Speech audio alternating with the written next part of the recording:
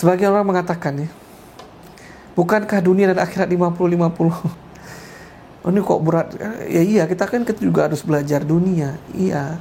Ya, orang mengatakan 50-50. Kalau mau adil, abang-abang sekalian, kakak-kakak sekalian, kalau dihabiskan kehidupannya 50-50, 50 belajar dunia, 50 belajar akhirat, Anda sudah menjadi seorang ulama hari ini.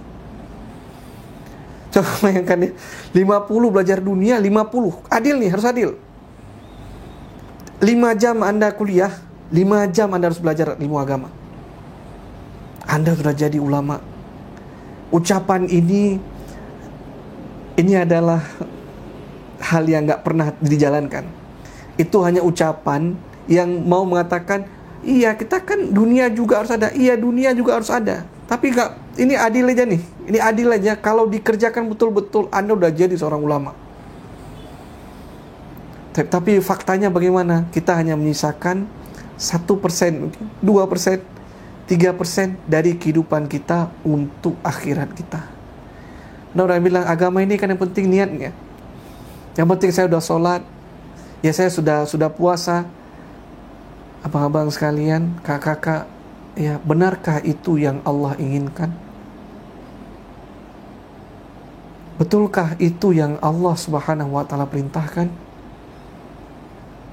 Dalam ayat Allah Subhanahu wa taala berfirman, ya'lamuna zahiran minal hayatid dunya wa hum 'anil akhirati hum ghafilun. Itu kalau dicari surat Ar-Rum, apa yang Allah Subhanahu wa taala sebutkan, mereka mengetahui perkara-perkara kehidupan dunia, namun mereka tentang akhirat itu lalai.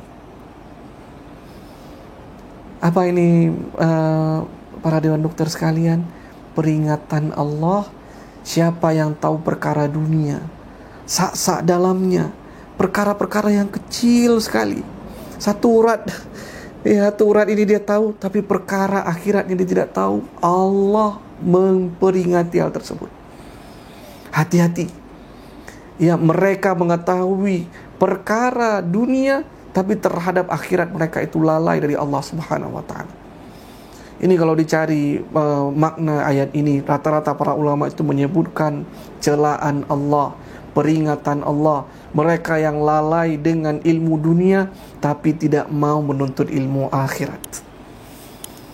Itu yang disebutkan ya dalam ayat ini.